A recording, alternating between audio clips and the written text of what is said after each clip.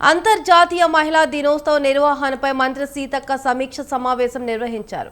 సమీక్షకు మహిళా commission chairperson Nerella Sharada, మహిళా corporation chairperson Bandru Shobharani, Telangana సాంస్కృతిక సారథి చైర్పర్సన్ వెన్నెల, తెలంగాణ సంగీత నాటక అకాడమీ చైర్పర్సన్ అలేఖ్య పుంచాల పాల్గొన్నారు. మహిళా దినోత్సవం నిర్వహణ, మహిళా సాధికారత కోసం కొత్తగా తీసుకోబోయే కార్యక్రమాలపై చర్చ ఈ సమీక్ష సమావేశంలో చర్చించారు.